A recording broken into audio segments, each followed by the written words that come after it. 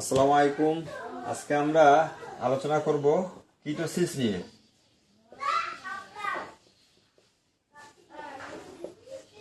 Ketosis আমরা গত ক্লাসে আলোচনা করছিলাম মিল্ক ফিভার নিয়ে। আজকে আমরা আলোচনা করব কিটোসিস নিয়ে।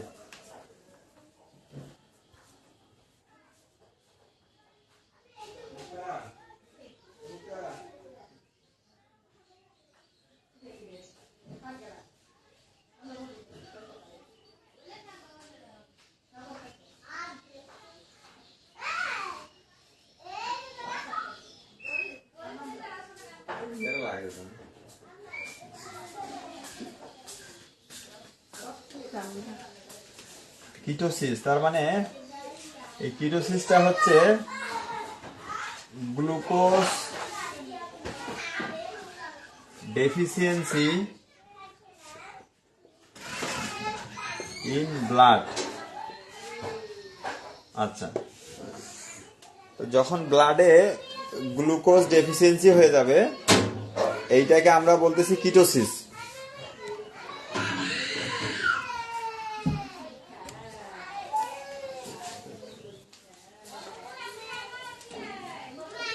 তাহলে কিটোসিসটা হচ্ছে গ্লুকোজ ডেফিসিয়েন্সি ইন ব্লাড, অর্থাৎ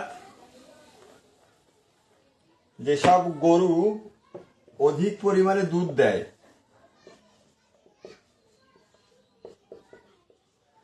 এই গরুগুলোতে যেসব কারণে মিল্ক ফিভার হয়, ঠিক একই কারণে কিটোসিস হইতে পারে, অর্থাৎ কারণগুলো একই থাকে। এখন আমরা জানি যে বাচ্চা হওয়ার পরে একটা অ্যানিমেলের যখন বাচ্চা হয় প্রচুর পরিমাণে স্ট্রেসের মধ্যে দিয়ে যায়। তো যখন আফটার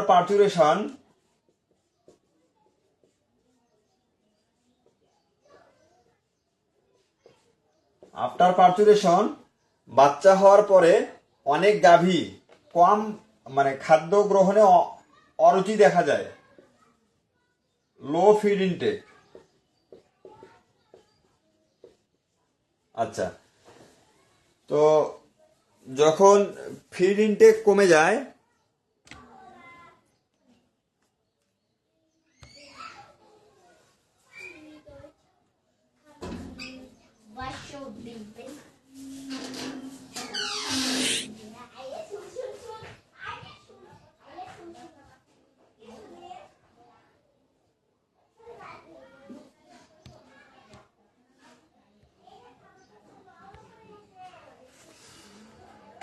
ক্যামেরাটা দেখে সমস্যা করতেছে।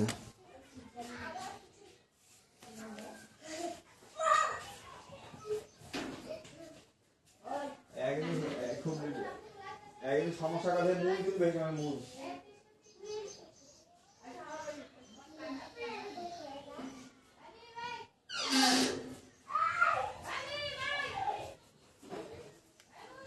তো বাচ্চা হওয়ার পরে যখন কম পরিমাণে ফিড খাবে আলটিমেটলি ক্যালসিয়াম ঘাটতি হবে, গ্লুকোজ ঘাটতি হবে। কারণটা হচ্ছে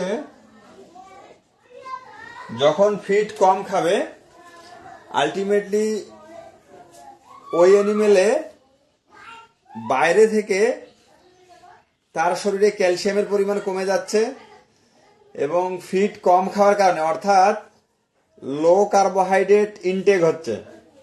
অ্যানিমেল যেটা খায় মেনলি কার্বোহাইড্রেট। এখন বাচ্চা হওয়ার পরে যখন তার রুচি কমে যাচ্ছে, আবার অনেক জায়গায় অনেক মালিক ইচ্ছে করেই কম খাদ্য দেয়, তো সে কারণে কার্বোহাইড্রেট কম খাওয়ার কারণে তার গ্লুকোজ কমে যাচ্ছে, আলটিমেটলি গ্লুকোজ ঘাটতি দেখা যাচ্ছে। তাহলে কিটোসিসটা তখনই ডেভেলপ করবে যখন গ্লুকোজ ঘাটতি হচ্ছে ব্লাডে। ব্লাডে গ্লুকোজ ঘাটতি হওয়ার উপায় হচ্ছে যদি সে কম পরিমাণে কার্বোহাইড্রেট খায়।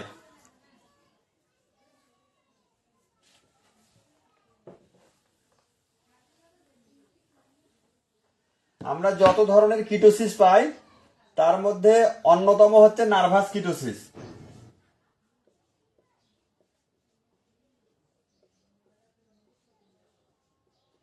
এই কিটোসিসটাই বেশি, অর্থাৎ আমরা কিটোসিস বলতে এই নার্ভাস কিটোসিসটাকেই মিন করি।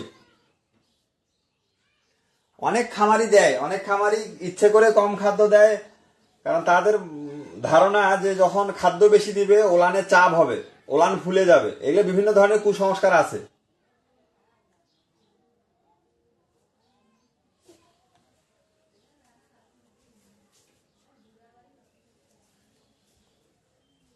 আচ্ছা, নার্ভাস কিটোসিস অর্থাৎ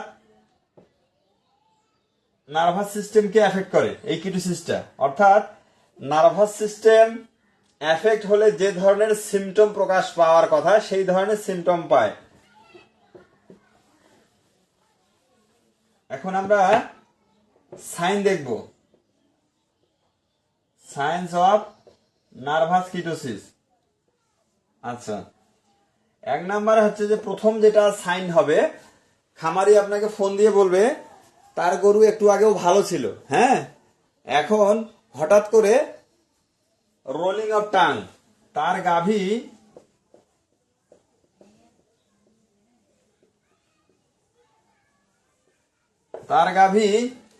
জিহ্বা বের করে সবকিছু মানে চাটতেছে, সামনে যাই পাচ্ছে জিহ্বাটা বের করে ওয়ালে চাটতেছে, গায়ে চাটতেছে হঠাৎ করেই। এর আগে এরকম কখনো তার গাভীর এই ধরনের বিহেভিয়ার ছিল না। হঠাৎ করেই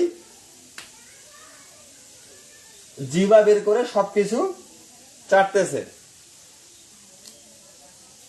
সামনে যাই পাচ্ছে এরকম করতেছে।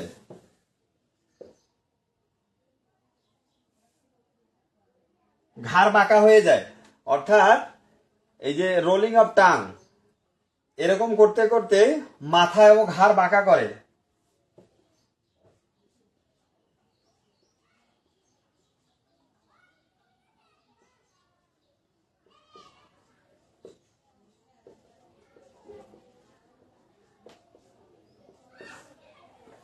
তার মানে তার পরের ধাপে যেটা শুরু করে, তার মাথা ও ঘাড়টা বাঁকা হয়ে যায়। বাঁকা হওয়ার পরে ওইভাবেই সে একদিকে হাঁটা শুরু করবে। অর্থাৎ একটু কল্পনা করেন যে একটা গরু হাঁটতেছে, তার মাথাটা বাঁকা করে সে হাঁটতেছে, মাথা ও ঘাড় বাঁকা অবস্থায় সে একদিকে মানে অন্ধের মতো যে কোনো দিকে সে হাঁটবে।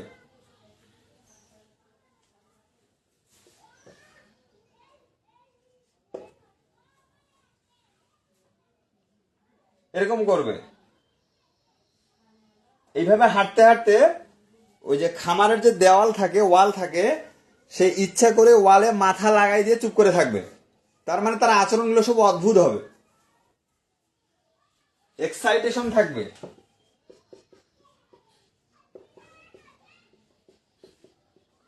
উত্তেজিত হয়ে যাবে।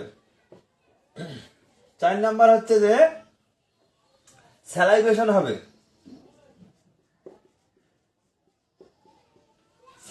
হবে। 5 নাম্বারে হচ্ছে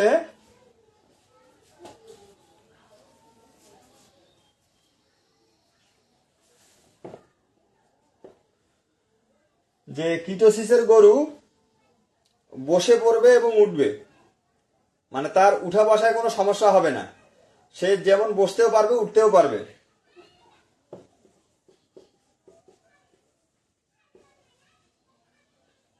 আচ্ছা,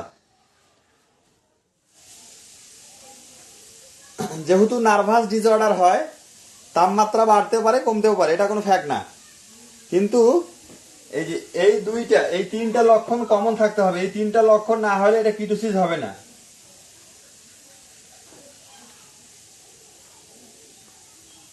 rolling of tongue, towards back, head and neck excitation.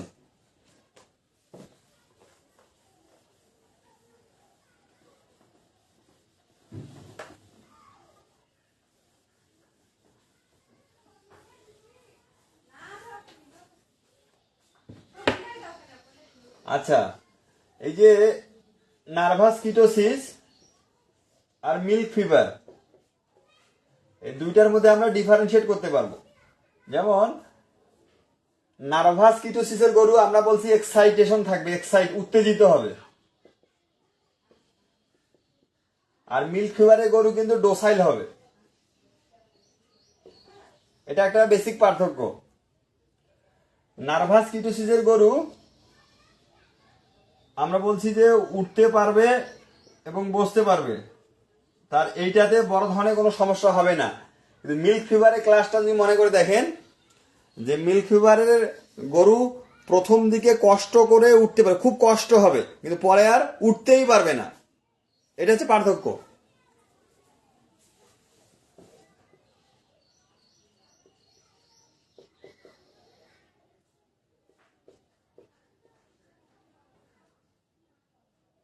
মানে স্ট্যান্ড, মানে উঠা বসা, মানে স্ট্যান্ড অ্যান্ড ডাউন। তার মানে কি, এই পার্থক্য এগুলাই। নার্ভাস কিটোসিসের গরু উত্তেজিত হয়, মিল্ক ফিভারের গরু ডোসাইল থাকবে। নার্ভাস কিটোসিসের গরু সে উঠতে এবং বসতে পারবে, এটাতে তার কোনো ধরনের প্রবলেম হবে না। কিন্তু মিল্ক ফিভারের গরু সময় যত গড়াবে সে আর দাঁড়াতে পারবে না, সে বসে থাকবে, আলটিমেটলি সে শুয়ে পড়বে। কিন্তু নার্ভাস কিটোসিসের গরু এরকম যদি শুয়েও যায় সে কিন্তু আবার উঠতে পারবে, অর্থাৎ তার উঠা বসায় কোনো সমস্যা হবে না। আমরা নার্ভাস কিটোসিসের যেসব লক্ষণ বলছি, এগুলা সে দাঁড়া অবস্থায় করতে পারে, বসা অবস্থায় করতে পারে।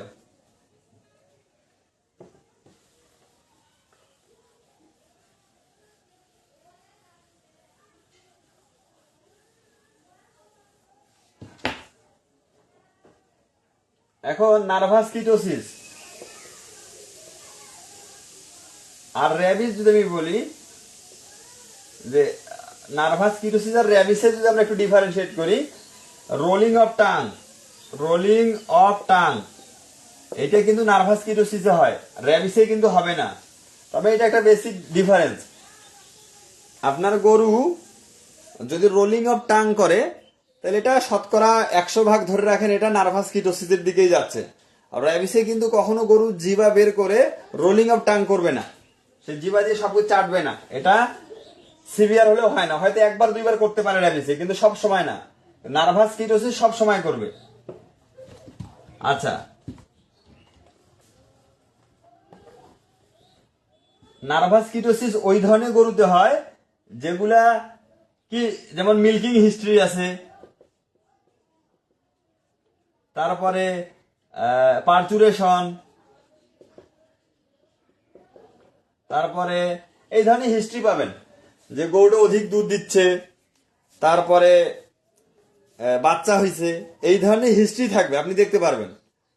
আর র্যাবিস কিন্তু এই ধরনের হিস্ট্রির সাথে সম্পর্কযুক্ত না। র্যাবিস যে কোনো বয়সে যে কোনো মুহূর্তে হইতে পারে।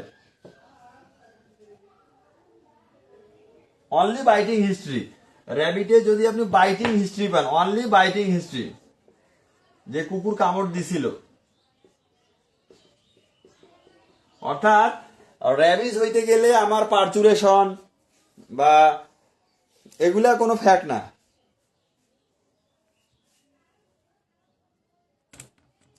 তাহলে আমরা র্যাবিসের সঙ্গে গুলাই ফেলবো না। হ্যাঁ, নার্ভাস কিটোসিসে স্যালাইভেশন থাকে, র্যাবিসেও থাকবে। হ্যাঁ, এই স্যালাইভেশনের মধ্যে পার্থক্য আছে। যেমন নার্ভাস কিটোসিসে যে স্যালাইভেশনটা হবে, এটা হবে সাবানের ফেনার মতো, অর্থাৎ সাবানের ফেনা। আর র্যাবিসে যে ধরনের স্যালাইভেশন হয়, বৃষ্টির পানির মতো।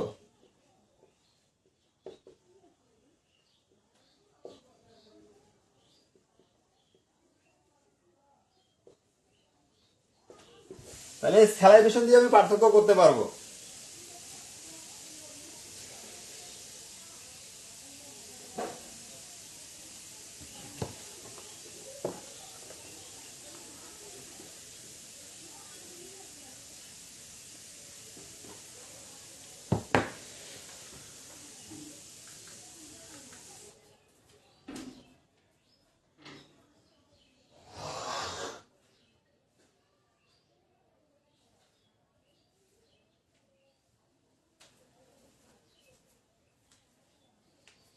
আচ্ছা, মিল্ক ফিভারে যেটা হয়েছিল আমরা বলছিলাম যে মিল্ক ফিভারে বলতেছি, মিল্ক ফিভারে একটা গরুতে আপনি ক্যালসিয়াম দিছেন, ক্যালসিয়াম দেওয়ার পরে গরুটা রেসপন্স করছে।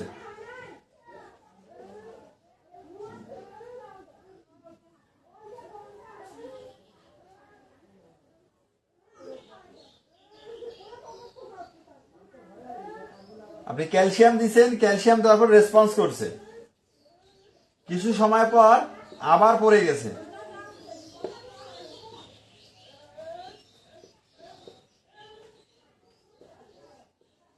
আচ্ছা দেখেন, আপনি একটা গরুতে ক্যালসিয়াম দিছেন, দেওয়ার পরে রেসপন্স করছে, কিছু সময় পর আবার পড়ে গেছে। আপনি আবার ক্যালসিয়াম দেন, আবার রেসপন্স করছে। আচ্ছা, মোট কথা হচ্ছে ক্যালসিয়াম দেওয়ার পরে রেসপন্স করে, কিছু সময় পর আবার সমস্যা দেখা যায়। এই ধরনের যে কেসটা পাবেন, এইটাতে সম্ভাব্য ধরে নিতে হবে প্রোটোজোয়া আছে। এই ধরনের যেটা পাবেন এইটাতে প্রোটোজোয়া ডায়াগনোসিস করতে হবে, অর্থাৎ ওই গরুটাতে ইমিডিয়েটলি এই থেইলেরিয়া এবং অ্যানাপ্লাজমা ট্রিটমেন্ট দিতে হবে। মানে আপনি একটা মিল্ক ফিভারের কেস পাইছেন, ক্যালসিয়াম দেওয়া মাত্র রেসপন্স করছে, কিছু সময় পর আবার পড়ে যাচ্ছে, আবার ক্যালসিয়াম দিলেন, আবার রেসপন্স, আবার পড়ে যাচ্ছে। এই ধরনের যদি কোনো কেস পান, তাহলে আপনাকে ওই মিল্ক ফিভারের ট্রিটমেন্টের পাশাপাশি থেইলেরিয়া এবং অ্যানাপ্লাজমা ট্রিটমেন্ট দিতে হবে।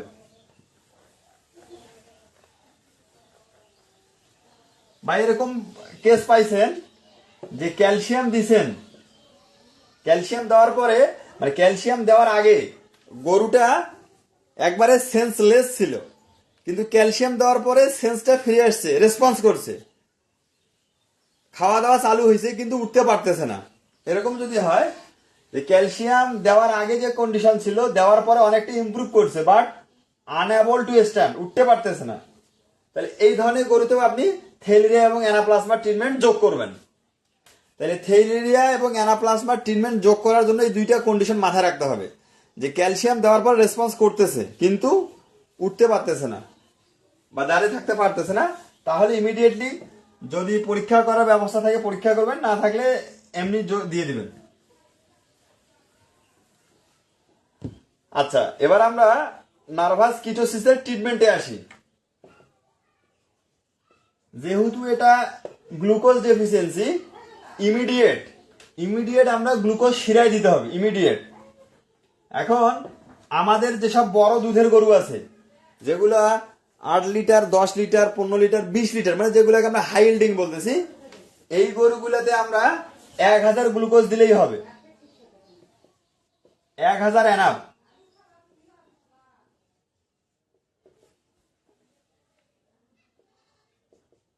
এক হাজারের বেশি নেই, 1000 এনাফ।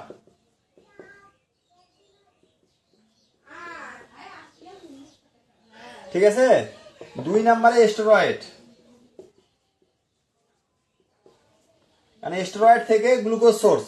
আমরা বলছি যে স্টেরয়েড যখন দেওয়া হয়, স্টেরয়েড থেকে ব্লাডে গ্লুকোজ যায় ইমিডিয়েট। তাহলে 1 নম্বরে আমরা গ্লুকোলিন দেব 1000-এর বেশি না, গরু যত বড়ই হোক 1000 আইভি দেব। তারপর আমরা স্টেরয়েড ইনজেকশন দেব মাংসে, অবশ্যই মাংসে দেব। আচ্ছা,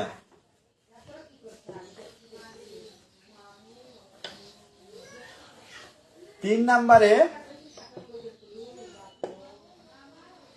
নম্বরে ওরাল গ্লুকোজ দিতে পারেন, যেমন সলিউশন, ভিটা ডি প্লাস,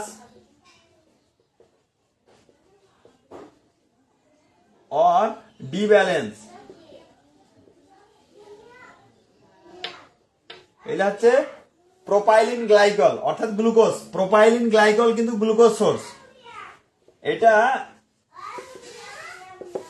500 ml এর প্যাক সাইজ, 3টা দেবেন, 250 ml করে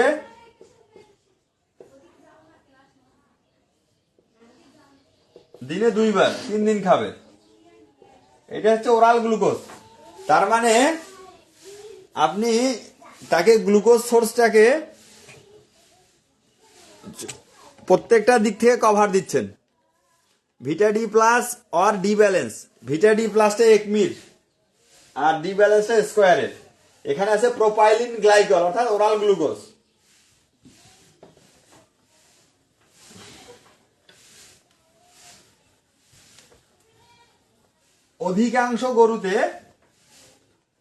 অধিকাংশ নার্ভাস কিটোসিস যেসব গরুতে হয়, এই গরুগুলাতে নার্ভাস কিটোসিস যখন হয়, হওয়ার 24 ঘন্টা পরে আবার রিপিট করে। অর্থাৎ নার্ভাস কিটোসিস রিপিট হয়। আজকে যে গরুতে নার্ভাস কিটোসিস হয়েছে আপনি ট্রিটমেন্ট দিয়ে আসছেন, এটা পরের 24 ঘন্টার মধ্যে আবার হইতে পারে। সুতরাং এই ধরনের প্রিপারেশন রাখতে হবে যে আবার হইলে যাতে আমি ট্রিটমেন্ট করাইতে পারি, বা মালিককে বিষয়টা অবগত করে রাখা যে প্রস্তুতি নিয়ে রাখবেন।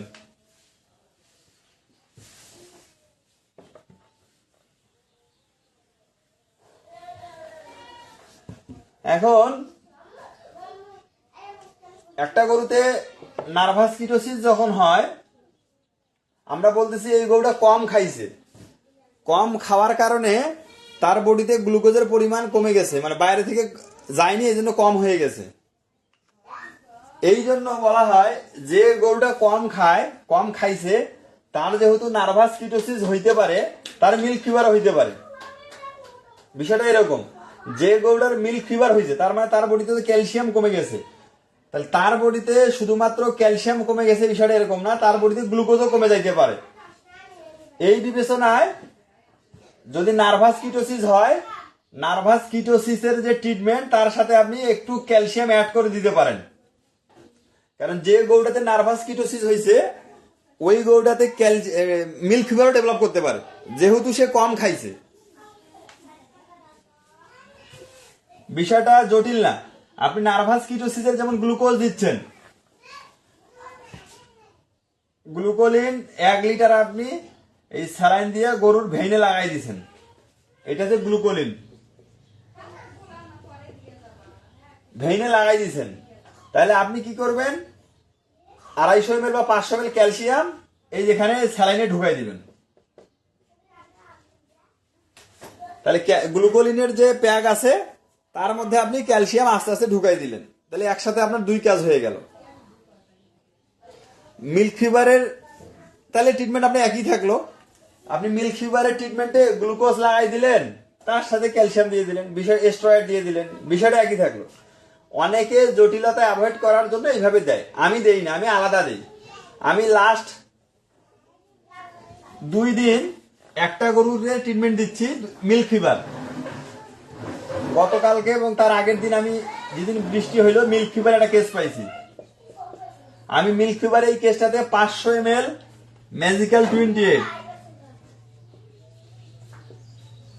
500 মিল্ক ভেইনে দেই। 500 ml ম্যাজিক্যাল 28 মিল্ক ভেইনে দেওয়ার 10 মিনিট পরে গরুটা দাঁড়াই যায়। এই গরু কালকে আবার পড়ে গেছে, কালকে দিছি ক্যালসি ম্যাক্স, এটা এসিআই, এটাও মিল্ক ভেইন, এটা 100 ml প্যাক সাইজ, 20 মিলি করে মিল্ক ভেইনে দিছি, আবার দাঁড়াই গেছে। আজকে এখনো আর পড়েনি। ওই মালিক যেহেতু বড় গরু পালে উনি একাধিকবার আমাকে বলছে যে আরো কিছু দেওয়া যায় কিনা। আমি কিন্তু আমার ট্রিটমেন্ট থেকে সরে আসি নাই, আমি বলছি এটা ক্যালসিয়াম ডেফিসিয়েন্সি, অনলি ক্যালসিয়াম। কালকে ক্যালসিয়াম দিচ্ছে, আবার দাঁড়াই গেছে, আজকে আর এখনো পরে নেই। তো বিষয়টা হচ্ছে এরকম, যখন আপনি আপনার ডায়াগনোসিস ঠিক থাকবে আপনি স্পেসিফিক ট্রিটমেন্ট দেন, কোনো আপত্তি নেই। কিন্তু যদি আপনার কাছে এরকম মনে হয় যে না, যদি কিছু হয় তাহলে আপনি অ্যাড করেন, কোনো সমস্যা নেই। এখানে আমার একটা অভিজ্ঞতা আছে, আমার অভিজ্ঞতাটা একটু বোঝার চেষ্টা করেন। আমি যে অ্যাঙ্গেল থেকে বলতেছি, একটা নার্ভাস কিটোসিসের পেশেন্ট আমি পাইছিলাম, আমি গ্লুকোলিন দিছি, তার সাথে ক্যালসিয়াম দিছি। এই গরুটা স্টেরয়েড দিছি, সবই দিছি। এটা আমার প্রথম দিকের ঘটনা বলতেছি। তো এই গরুটা মারা যায়। মারা যাওয়ার কারণ হচ্ছে ক্যালসিয়াম। আমার অবজারভেশন আর কি, যে আমি যদি ক্যালসিয়াম না দিতাম তাহলে গরুটা মারা যাইতো না। কারণ যেহেতু কেসটা নার্ভাস কিটোসিসের ছিল, আমার গ্লুকোলিন দেওয়াটা ঠিক ছিল। যখন আমি ক্যালসিয়াম অ্যাড করি, অর্ধেক ক্যালসিয়াম যাওয়ার পরে গরুটা পড়ে যায়। মানে গরু দাঁড়া অবস্থায় আমি গ্লুকোলিন দিচ্ছিলাম, এবং গ্লুকোলিন যখন অর্ধেক চলে গেছে তখন গরু মোটামুটি সুস্থ হয়ে গেছে, তখন আমি ক্যালসিয়াম অ্যাড করি। ঠিক তখন গরুটা পড়ে যায়, মারা গেছে 2 দিন পরে। অর্থাৎ এটা হার্ট অ্যাটাক করছিল এই ক্যালসিয়াম দেওয়ার কারণে। যদিও আমি স্টেরয়েড অ্যাট্রোপিন দেওয়ার কারণে মানে হয়তো কিছুটা কন্ট্রোলের দিকে আসছিল, কিন্তু পরে বাঁচানো যায়নি। যেহেতু আমি বলতেছি এটা নার্ভাস কিটোসিস গ্লুকোজ ডেফিসিয়েন্সি।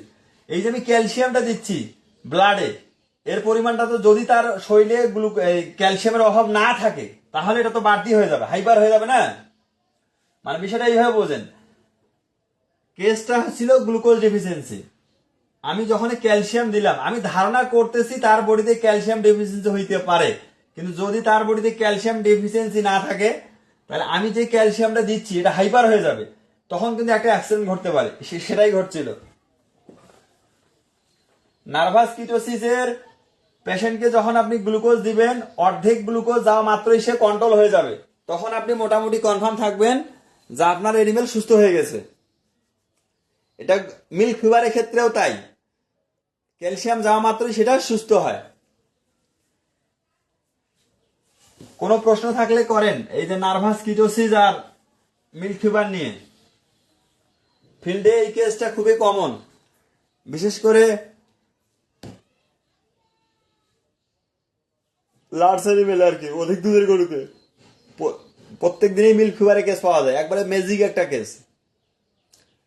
কালকের যে কেসটা বললাম, ওই মালিক নিজে কসাই, উনি অলরেডি জবাইরও প্রস্তুতি নিয়েছিল। 3 লাখ টাকা দামের একটা গরু।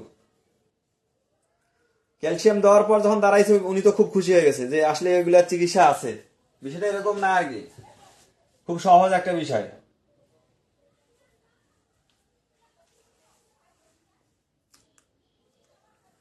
একটা হচ্ছে আপনার ক্যালসিয়াম ডেফিসিয়েন্সি, একটা গ্লুকোজ ডেফিসিয়েন্সি। একটা ক্যালসিয়াম ডেফিসিয়েন্সি, একটা গ্লুকোজ ডেফিসিয়েন্সি। যেহেতু আমাদের পরিমাপের অপশন নাই যে এক্সাক্ট কতটুকু দিতে হবে, আমরা আগে অল্প অল্প করে দেবো। যেমন আমি এই গরুটাতে ক্যালসিয়াম দিলাম প্রথম দিনে 500, ওই মালিক আমাকে আরো দিতে বলছিল, কিন্তু আমি তো দেবো না। কারণ যদি হাইপার হয়ে যায়, পরের দিন যখন পড়ে গেল উনি আমাকে ওই কথা আবার বললো যে আপনি কালকে দিলেই তো পড়তো না। তখন আমি তাকে উল্টা যুক্তি দেখাইলাম যে কালকে দিলে আপনাকে ওটা হার্ট অ্যাটাক করে মারা যাইতো, তখন কি হইতো? তখন উনি মানলো, ও আচ্ছা আচ্ছা, তার মানে একটু কম হলে সমস্যা নেই, কিন্তু যখন আমি বেশি দেব তখন যে কোনো সময় একটা বড় ধরনের দুর্ঘটনা ঘটে যাবে। মালিক, পিসি, ওনার অনেক কথা বলবে, সব কথা আমার শোনা যাবে না। বিশেষ করে ক্যালসিয়ামের ক্ষেত্রে আপনি মনে করতেছেন একটা গরুতে 500 ml ক্যালসিয়াম এনাফ, আপনি 400 দেন, সমস্যা কি? আপনার যেটা ব্লাড লেভেল যেটা কভার করবে, যেমন এই গরুটা আমি 500 ml ক্যালসিয়াম দিছি না, তো এটা 300 350 যাওয়া মাত্রই কিন্তু দাঁড়িয়ে যায়। তার মানে কি? তার মানে 350 ক্যালসিয়াম যাওয়ার পরে তার ব্লাড লেভেল কভার হয়ে গেছে। বাড়তি যে 150 আমি দিচ্ছি এটাই তো এনাফ, এর বেশি যাওয়ার দরকার নেই। কালকে যখন আমি ক্যালসিম্যাক্স দেই, ক্যালসিম্যাক্স তো কালকে আমি সিরিঞ্জে 80 ml যখন দিছি তখনই দাঁড়াই গেছে, আর বাকি 20 মিলি আমি তখন সাবকাট দিছি। সাবকাট একটা ভালো ইনফরমেশন মনে হইলো, যখন আমরা মিল্ক ফিভারে ক্যালসিয়াম দেব, যেটা স্ট্যান্ডার্ড নিয়ম বা যেটা খুব এফেক্টিভ, সেটা হচ্ছে যে আমি একটা গরুতে 500 ml ক্যালসিয়াম দেব সাপোজ, তো কি করব, 100 ml ক্যালসিয়াম সাবকাট দিয়ে দেব। 100 ml সাবকাট দিয়ে দেব 20 মিলি 20 মিলি করে, এইটা খুবই এফেক্টিভ। আর 400 ml ক্যালসিয়াম আমরা শিরায় দেব। এটা যে কোনো ক্যালসিয়ামের ক্ষেত্রে এই কথা প্রযোজ্য। যখন আপনি মিল্ক ভেইনে বা মানে মিল্ক ফিভারে দিচ্ছেন, বা আপনি মনে করতেছেন এই কেসটাতে ক্যালসিয়াম দিতেই হবে, তখন টোটাল যে ক্যালসিয়ামটা দিবেন তার 1/5 আপনি সাবকাটে দিবেন, তাহলে এটা হাইলি এফেক্টিভ হবে। তাহলে 400 তখন আপনি ভেইনে দেন, আর 100 আপনি সাবকাট দেন। আমি কিন্তু এভাবেই দিই, কারণ ক্যালসিয়াম স্যালাইন প্রিপারেশন নিতে যে সময়টা লাগে ওই সময় আমি ওই ক্যালসিয়ামের ভাইল থেকে ক্যালসিয়াম দিয়ে সাবকাট মেরে দেই। এইটা হচ্ছে স্ট্যান্ডার্ড রুলস। কেউ যদি একবারে সম্পূর্ণটাই সিরায় দেয় কোনো ভুল নাই, কিন্তু যে এইভাবে দিবে, যে কিছুটা সাবকাটে দিবে, তারটা হাইলি এফেক্টিভ হবে।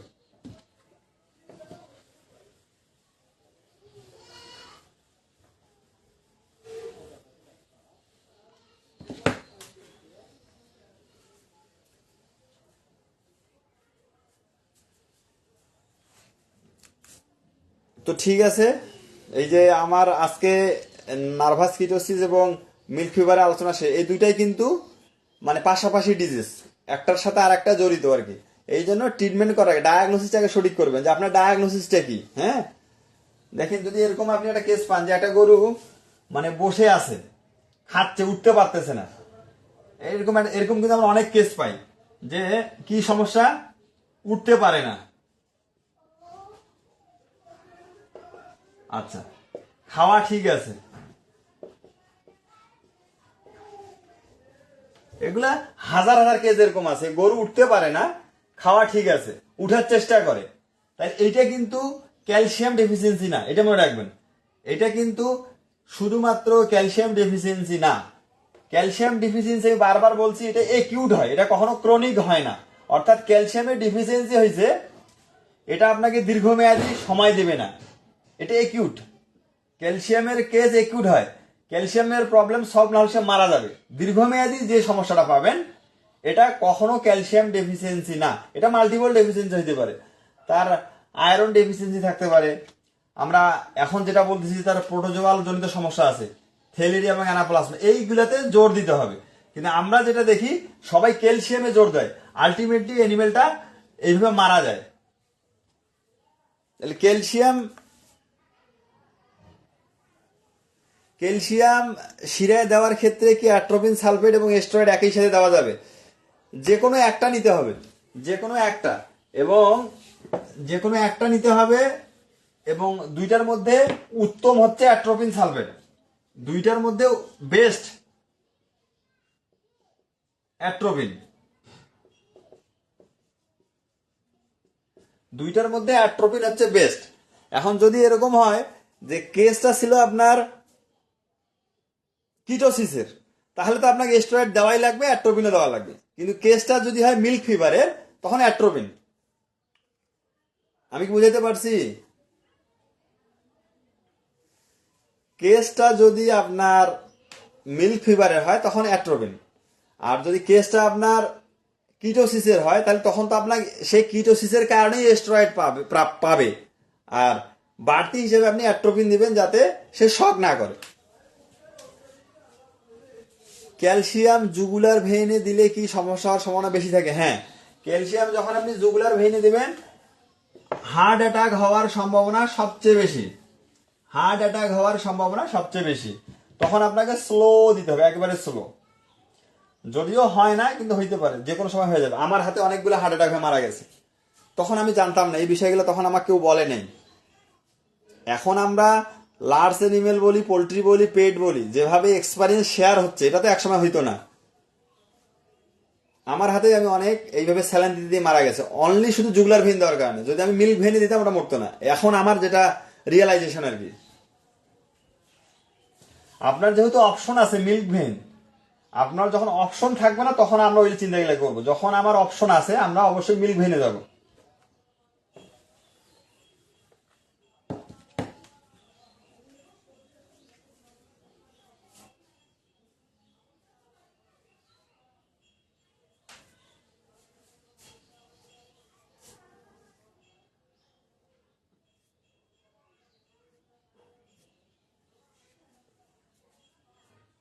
এখন এরকম যদি করেন যে আপনি এই যে একটা স্যালাইনের ইয়া টাংছেন, গ্লুকোলিন বা যেটাই হোক,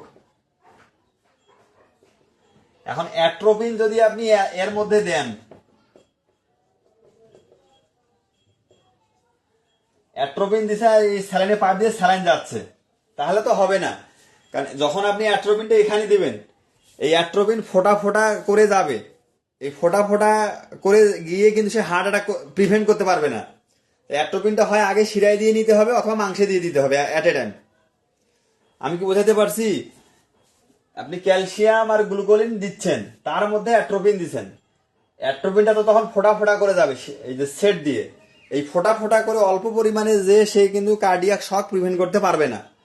হয় তাকে আগেই মাংসে দিয়ে দেন 10 মিনিট আগে, অথবা শিরায় দিয়ে দেন, তাহলে এটা দ্রুত কাজ করবে। অনেকে মনে করে যে অ্যাট্রোপিন দিলাম তাও শক হইলো, কারণটা হচ্ছে এই, আপনি অ্যাট্রোপিন দিচ্ছেন স্যালাইনের মধ্যে, এই অ্যাট্রোপিন তো ফোটা ফোটা করে যাচ্ছে, এই ফোটা ফোটা করে গিয়ে সে কিন্তু কার্ডিয়াক শক প্রিভেন্ট করার জন্য যে পরিমাণ যতটুকু একেবারেই যাওয়া দরকার সেটা তো সে যাচ্ছে না, এই জন্য সে প্রিভেন্ট করতে পারবে না। হয় 10-15 মিনিট আগেই তাকে মাংসে দিয়ে দেন, নতুবা আইভি দিয়ে দেন একবারে।